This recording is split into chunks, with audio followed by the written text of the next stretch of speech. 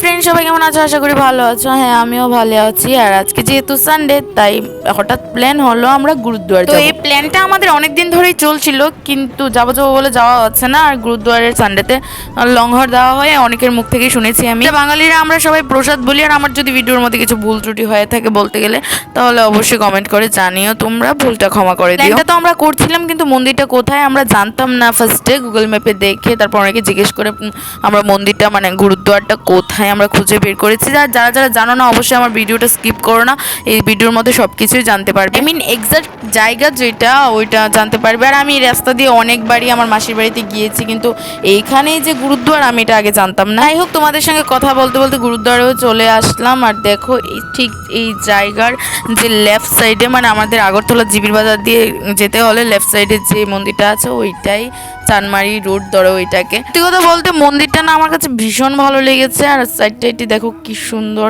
মানে একদম মনোরম দৃশ্য, একদম প্রাকৃতিক, মানে পরিবেশটা দেখে খুব ভালো লাগছিল। যদিও ভিতরে কি বুঝিয়েছে বা ঠাকুরকে হয়তো ডাকছেন, আমি জানি ঠাকুরকেই ডাকছে, কিন্তু কি বুঝিয়েছে আমি বুঝতে পারিনি, ভাষা আমি জানি না। আর এখানে দেখো ভোলানাথকে প্রথমেই দর্শন করে আমার না খুব খুব খুব ভালো লাগছিল। তো তারপর চলে গেলাম আমরা মন্দিরের ভেতরে, মানে ভেতরের বলতে মন্দিরের সামনে গিয়ে বুঝতে পারছিলাম না কি করতে হবে কি না।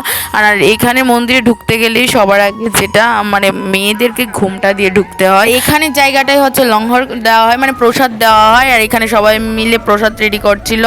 আর দেখো আমরা ফার্স্টে গিয়েই পুরো মন্দিরটা ঘুরে নিয়েছি, ভীষণ ভালো লেগেছে। আমি মন্দির বলছি এই কারণে, কারণ আমাদের বাঙালিরা তো মন্দিরই বলে।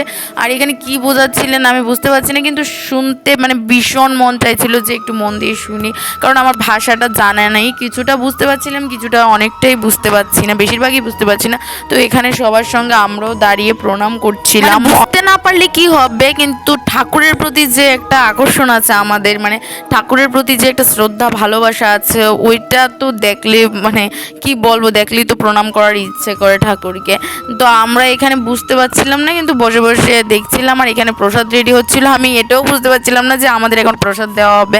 আর এই দেখো আমাদের এই প্রসাদটা ফার্স্টে দেওয়া হয়েছিল, হয়তো বা এটা মেন প্রসাদ, কিন্তু এত টেস্টি প্রসাদ আমি আগে কখনোই খাইনি। হয়তো সুজি ময়দা বা আটা যে কোনো একটা কিছু দিয়ে ওইটার মধ্যে চিনি দিয়ে মিক্স আপ করে কিছু একটা বানিয়েছে, মানে ভীষণ টেস্টি হয়েছিল।